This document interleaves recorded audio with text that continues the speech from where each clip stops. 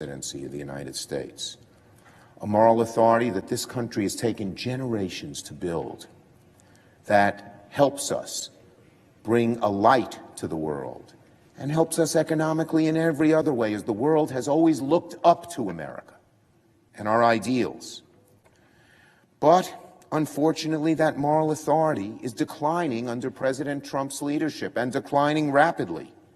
It may have reached a low point yesterday when President Trump, in tweet after tweet after tweet, offered a very poor representation of the United States to the world.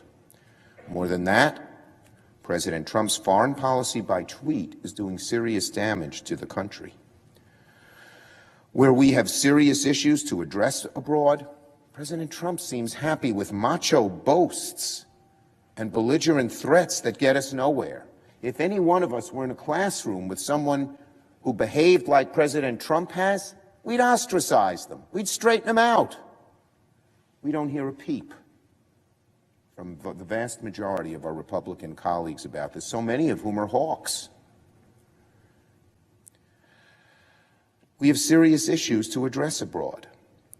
President Trump's foreign policy by tweet will not advance our standing in the world.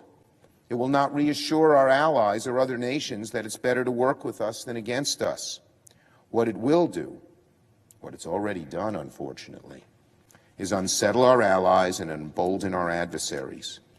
What it will do is cede leadership in the world to China, which is eagerly awaiting for every opportunity to drive a wedge between our country and other countries around the world. Without a steady and reliable hand at the helm, our allies may be uncertain that they can continue to trust the United States to honor our commitments and maintain a steady course. China and Russia are rushing to fill the void left by an unsteady United States. President Xi of China aspired to the position of being the world's leader in his New Year's speech, where he said that China, not the United States, would be, quote, the keeper of the international order in 2018. If President Trump continues snubbing our allies, recklessly threatening other nations, and showing leadership on the world stage that can only be described as puerile, the world may look to Beijing, not Washington, for international leadership.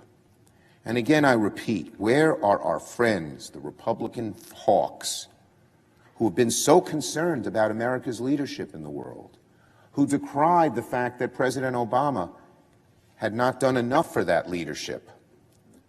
My dear friend, if he were here, Senator John McCain, would typically stand up and speak about this.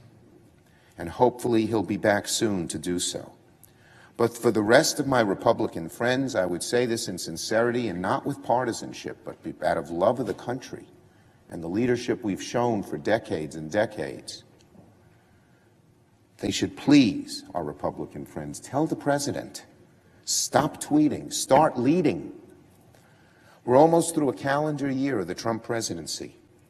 President Trump can no longer be given the benefit of the doubt that comes with learning one of the toughest jobs in the world. And my Republican colleagues should not be given a pass by the American people if they fail to speak out or take action against this behavior. Their silence, unfortunately, but I have to say it, I feel it sincerely, is complicity in the degradation of the presidency and the power of this country. The American people expect our president to represent the United States